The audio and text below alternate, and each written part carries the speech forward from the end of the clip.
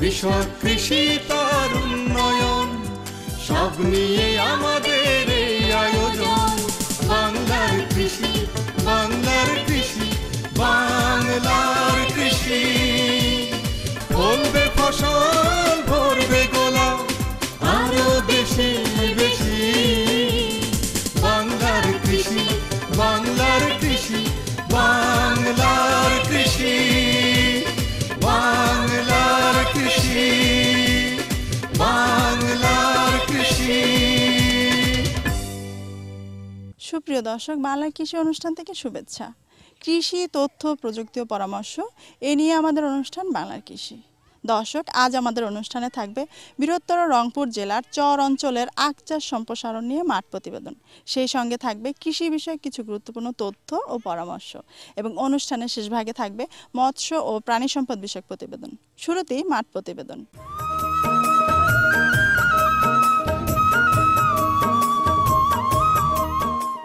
আখ বা ইক্ষু বাংলাদেশের একটি অর্থকরী ফসল।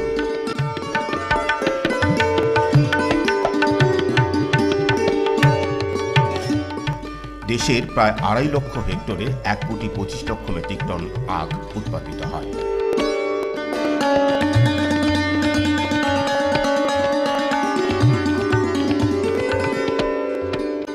তবে দেশের চরাঞ্চলে আখ চাষ তুলনামূলকভাবে অনেকটাই কম।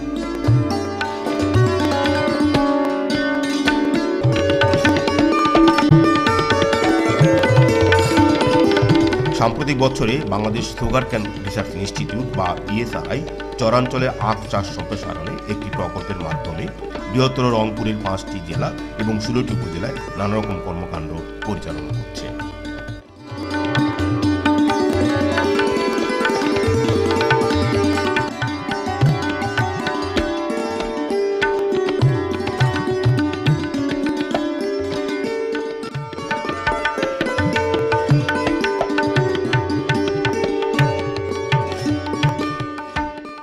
বাংলাদেশ ইক্ষু গবেষণা ইনস্টিটিউটের তত্ত্বাবধানে পরিচালিত এই প্রকল্পটি হচ্ছে বৃহত্তর রংপুরের চরাঞ্চলের দরিদ্র জনগোষ্ঠীর কর্মসংস্থান সৃষ্টির লক্ষ্যে ইক্ষু চাষ।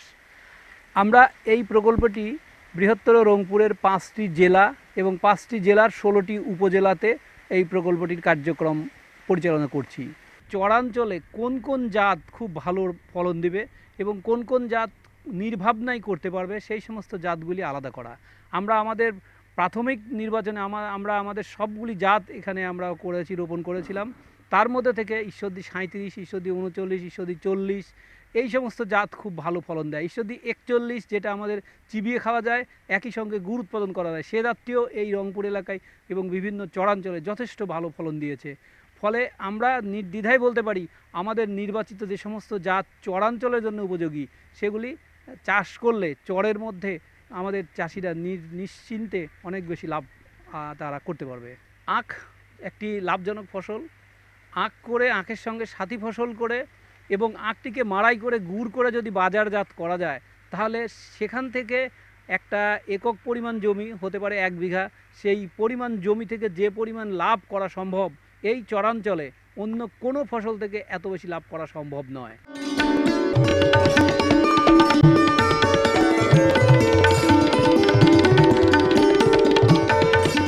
আমি 1 বিঘা ইক্ষু আবাদ করছি, চাষ করছি। আমার ইনশাল্লাহ আমি যেটুকু অফিসের যেটুকু সহযোগিতা পাচ্ছি, যেটুকু আমাকে সহযোগিতা করছে, তাতে আশা করি ইনশাল্লাহ আমরা যদি কল দিয়ে মারাই করি অবশ্যই আমরা ভালোই লাভবান হব।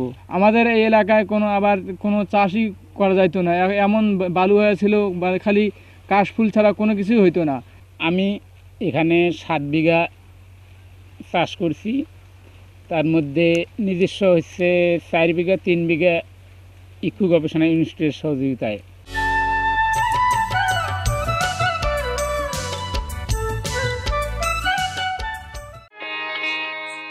ভোজ্য তেল বীজ ফসল হিসেবে চীনাবাদাম আমাদের দেশের একটি উল্লেখযোগ্য অর্থকরী ফসল। দেশের অধিকাংশ জেলায় বাদাম উৎপাদিত হয়ে থাকে, তবে বাণিজ্যিকভাবে মেহেরপুর, পাবনা, কুষ্টিয়া, নরসিংদী, দিনাজপুর, রংপুর, ময়মনসিংহ, জামালপুর, পটুয়াখালী, ফরিদপুর ইত্যাদি জেলায় সবচেয়ে বেশি বাদাম উৎপাদিত হয়।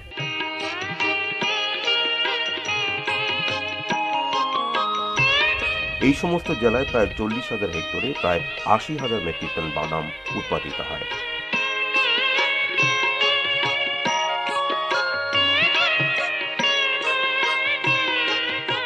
অঞ্চল ভেদে দেশের বিভিন্ন জেলায় জিঞ্জার চীনাবাদাম, ঢাকা 1, দিনা 4, বাড়ি 6, বাড়ি 8 ইত্যাদি নানা জাতের বাদামের চাষ হয়ে থাকে।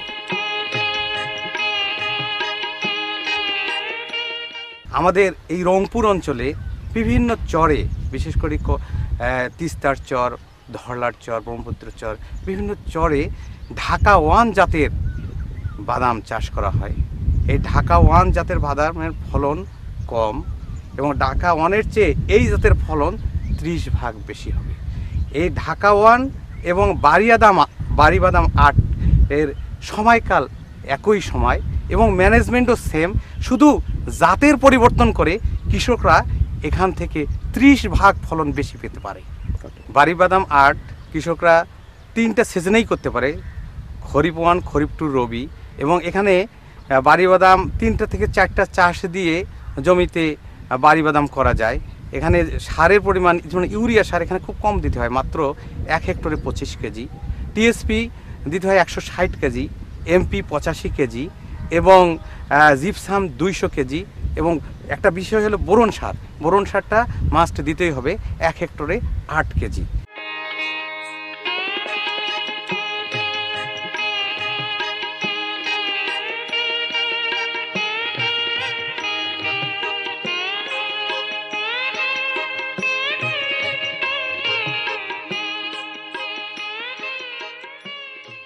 বাদামের ক্ষেত্রে একটা বড় রোগ হলো টিক্কা রোগ। এটা একটা কীটনাশক দিয়ে এটা রোগটা দমন করা যায়, যেমন কীটনাশকের মধ্যে রিপকট, সেবিন এইসব দিয়ে এই রোগটা আমরা কন্ট্রোল করতে পারি। এবং রবির ক্ষেত্রে 150 দিনে, 50 থেকে 60 দিনের মধ্যে, এবং খরিফের ক্ষেত্রে 130 থেকে 140 দিনের মধ্যে এই বাদাম সংগ্রহ করা যায়। কৃষকরা ঢাকা 1 করলে যেখানে 1 বিঘা, যেটি 33 শতকে ফলন পাবে 5 মণ, এবং আমাদের এই বাড়ি বাদাম 8 করলে সেখানে ফলন পাওয়া যাবে 8 মণ, প্রায় 30 থেকে 40% ফলন বেশি পাওয়া যাবে। এবং খরচের ক্ষেত্রেও দেখা যাবে যে সে 4,000 টাকা খরচ করে 8,000 টাকা বা 10,000 টাকা সে এখানে আয় করতে পারবে। এখানে এই বাড়ি বাদামে 8-এর সিড প্রোডাকশন করা হচ্ছে এবং এটাই আমরা কৃষক পর্যায়ে নিয়ে যাব। এবং কৃষক কিভাবে এই বীজ রাখবে সেটা প্রশিক্ষণের মাধ্যমে কৃষককে আমরা বুঝাই দেব যে কীভাবে বীজ রাখা যাবে। কৃষকের বীজ রাখার ক্ষেত্রে খুবই সতর্কতা অবলম্বন করতে হবে। সেক্ষেত্রে আমরা একটা চিন্তা করতেছি, একটা তাদেরকে রোটেশন, সাইকেলিক মানে একটা রোটেশনের মাধ্যমে ওনাদেরকে বীজ রাখার একটা ব্যবস্থা করব। যেমন খরিফ 1-এ যে বীজটা হবে সেটাই আমরা খরিফ 2-তে লাগাইতে পারবো এবং খরিফ 2-র বীজটা সে রবিতে লাগাতে পারবে। এরকম এমন একটা আমরা মডেল আমরা কৃষককে আমরা দেখাই দেব, যাতে নিজের বীজ তারা নিজেই রেখে তারা চাষ করতে পারে।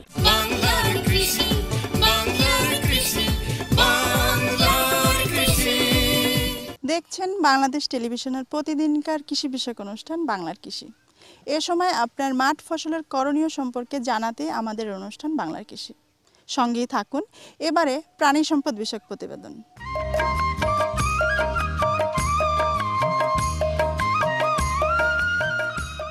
বহুকাল ধরে বাঙালির খাদ্য তালিকায় দুধ স্থান করে রয়েছে, কারণ দুধে রয়েছে অনেক পুষ্টিগুণ। একসময় কৃষি নির্ভর বাংলাদেশের প্রতিটি কৃষকের বাড়িতে গরু পালের মধ্যে 2-4টে গাভী বাছুর চোখে পড়ত। চাষিরা এখন খামার পদ্ধতির দিকে ঝুঁকে পড়ছেন, ফলে 2 দশক আগের তুলনায় দুধের উৎপাদন বৃদ্ধি পেয়েছে এবং তা মানুষের ক্রয় ক্ষমতার মধ্যে চলে এসেছে। আর এই খামার পদ্ধতির সাফল্যের পেছনে মৎস্য ও প্রাণীজ সম্পদ মন্ত্রণালয় গুরুত্বপূর্ণ ভূমিকা রেখে চলেছেন। সরকারের এই মন্ত্রণালয়টি সচিবালয় থেকে শুরু করে ধাপে ধাপে উপজেলা পর্যন্ত বিস্তৃত। আমি 27 সন থেকে 3টা ছোট বাছুর দিয়ে স্টার্ট করছি আর কি। ওর থেকে আল্লাহর রহমতে আমি 30-32টা গরু বানাইছি, বাড়িঘর ঠিক করছি, ছেলে মেয়ে লেখাপড়া করাইছি এবং কাজে দিছি, মেয়ে বিয়ে দিছি, ছেলেদেরও বিয়ে করছি। এর ভিতর থেকে সব কিছু বাংলাদেশ সরকারের আমি কিছু সাহায্য পাই, ওষুধ ডাক্তার এগুলা সম্পূর্ণ কিছু আমার সাহায্য করে সবাই। যদি সরকার আমাদের দিকে একটু মানে সহযোগিতা করে আর কি, তাহলে আমরা অনেক লাভবান হতে পারবো। আমরা বিদেশের দুধ আমরা আমদানি করণ লাগবে না, প্রত্যেকটা লোকই আমরা এরকম লাভবান হতে পারবো। বাংলাদেশে আমরা স্বয়ংসম্পূর্ণ মানে দুধের ব্যাপারে হতে পারবো। সঠিক জাত নির্বাচন ও সুষ্ঠু পরিচর্যা করে গাভী লালন পালন করতে পারলে গাভী খামারগুলো সমন্বয়ে অঞ্চল ভিত্তিক দুগ্ধ শিল্প গড়ে ওঠার অমিত সম্ভাবনা রয়েছে আমাদের বাংলাদেশে। একজন পূর্ণবয়স্ক ব্যক্তির জন্য দৈনিক 250 মিলিলিটার দুধ ও 120 গ্রাম মাংস প্রয়োজন, যার বিপরীতে আমরা পাই দৈনিক 51 মিলিলিটার দুধ ও 20 গ্রাম মাংস। সেই লক্ষ্যে দুধ ও মাংস উৎপাদন বৃদ্ধি করতে হলে যে বিষয়গুলো সঠিকভাবে পালন করা প্রয়োজন তা হচ্ছে: স্থান নির্বাচন। গাভীর স্বাস্থ্যসম্মত বাসঘর নির্মাণের জন্য যে বিষয়গুলোর উপর গুরুত্ব দিয়ে স্থান নির্বাচন করতে হবে সেগুলো হচ্ছে: উঁচু সমতল ভূমি যেখানে বৃষ্টির পানি জমে না এবং পানি নিষ্কাশনের ব্যবস্থা আছে এমন জায়গায় ঘরের স্থান নির্বাচন করতে হবে। বাসস্থান। বায়োসিকিউরিটি বা জৈব নিরাপত্তা ব্যবস্থার বিষয়টি চিন্তা করে গাভীর জন্য নির্মিত বাসস্থানটি সাধারণত উঁচু জায়গায় পূর্ব পশ্চিমে লম্বা করে ঘর তৈরি করতে পারলে ভালো হয়। ঘরের চালা টিন, ছন ও বাঁশের চাটাই দ্বারা তৈরি করা যেতে পারে। খোলামেলা জায়গায় হতে হবে। ঘরে পর্যাপ্ত আলো বাতাস চলাচলের ব্যবস্থা থাকতে হবে। মেঝে পাকা হওয়া উত্তম, তবে খসখসে হতে হবে। তাছাড়া এই ধরনের রাবার প্যাডও ব্যবহার করা যেতে পারে। প্রতিটি আদর্শ খামারে গোবর, চোনা ইত্যাদি সহজে পরিষ্কার করার জন্য ড্রেনের ব্যবস্থা রাখতে হবে। নির্ধারিত পরিমাণে খাদ্য প্রদান। দুগ্ধ উৎপাদনের জন্য গাভীকে অবশ্যই সুষম খাদ্য সরবরাহ করতে হবে। গাভী 3 লিটারের অধিক দুধ প্রদান করলে প্রতি 2.5 লিটার দুধের জন্য অতিরিক্ত 1 কেজি হারে দানাদার খাদ্য প্রদান করতে হবে। সঠিক সময়ে দুগ্ধ দহন ব্যবস্থাপনা। জন্মের পর প্রথম সপ্তাহে 3 থেকে 4 বার করে দুগ্ধ দহন করা প্রয়োজন। এতে দুগ্ধ উৎপাদন বৃদ্ধি পায় এবং ওলান প্রদাহ রোগের সম্ভাবনা কম থাকে। তাছাড়া যে ঘরে গাভীকে দুধ দহন করা হবে সেটি অবশ্যই পরিষ্কার, শুকনো, ধুলাবালিবিহীন এবং ঠান্ডা বা ছায়াযুক্ত হতে হবে। মলমূত্র, খাদ্যের অবশিষ্টাংশ প্রতিদিন পরিষ্কার করতে হবে। খাদ্যপাত্র প্রতিদিন পরিষ্কার রাখতে হবে। দুধ দহনের পূর্বে বাছুরকে দুধ খাওয়াতে হবে। যিনি দুধ দহন করবেন তার শরীর, হাত পরিষ্কার পানি দিয়ে ধুয়ে করতে হবে। দহনকারীর হাতে নখ অবশ্যই ছোট রাখতে হবে। দুধ দহনের পূর্বে গাভীর ওলান ধুয়ে নিতে হবে। আমিষের ঘাটতি পূরণই এই মন্ত্রণালয়ের একটা গুরুত্বপূর্ণ ম্যান্ডেট, এবং এই আমিষের ঘাটতি পূরণ করতে গিয়ে মন্ত্রণালয়কে বিভিন্ন নীতি নির্ধারণ করতে হয় এবং সারা দেশের মানুষের কথা বিবেচনা করে 15.5 কোটি মানুষের দেশ বাংলাদেশ, এই বিপুল পরিমাণ জনসংখ্যা পুষ্টির ঘাটতি পূরণের জন্য আমাদেরকে কাজ করতে হয়। আমাদের দেশে যে গবাদি পশু আছে, বর্তমানে গবাদি পশুর সংখ্যা প্রায় 2.25 লক্ষ। বর্তমানে আমাদের দুধের ঘাটতি আছে প্রায় 62%, অবিশ্বাস্য হলেও সত্য। মাংসের ঘাটতি আছে প্রায় 50%। এদেশের মানুষের যদি প্রোটিনের নিশ্চয়তা দিতে হয় তবে আমাদের গরুর মাংসের উৎপাদন বাড়াতে হবে, পাশাপাশি আমাদের দুধের যে ঘাটতি আছে সেটাকে পূরণ করতে হবে। দুধ এবং মাংসের ঘাটতি পূরণ করতে পারলে এদেশের মানুষের পুষ্টির অভাব থাকবে না, তাতে করে একটি মেধাসম্মত জাতি হিসাবে আমরা নিজেদেরকে বিশ্বের বুকে তুলে ধরতে পারবো। আর এরই সঙ্গে শেষ করব আজকের বাংলার কৃষি। বাংলার কৃষি অনুষ্ঠান আগামীকাল ঠিক একই সময় প্রচারিত হবে, দেখবেন আশা করি। আর হ্যাঁ, সেই সঙ্গে জানতে চাই আপনাদের মতামত। আমাদের অনুষ্ঠান বিষয়ে আপনাদের যে কোনো মতামত আমাদেরকে লিখেও জানাতে পারেন। আমাদের লিখবার ঠিকানা: প্রযোজক বাংলার কৃষি, কক্ষ নম্বর 215, বাংলাদেশ টেলিভিশন ভবন, রামপুরা, ঢাকা। আমাদের ইমেল অ্যাড্রেস banglarkishi@ais.gov.bd এবং ফেসবুক আইডি বাংলার কৃষি। এছাড়াও অনুষ্ঠানটি ইউটিউবে নিয়মিত দেখতে পাবেন। দর্শক, আজ এই পর্যন্ত। সকলকে ধন্যবাদ। কৃষক, কৃষি তার উন্নয়ন, সব নিয়ে আমাদের এই আয়োজন। বাংলার কৃষি, বাংলার কৃষি। বাংলার কৃষি।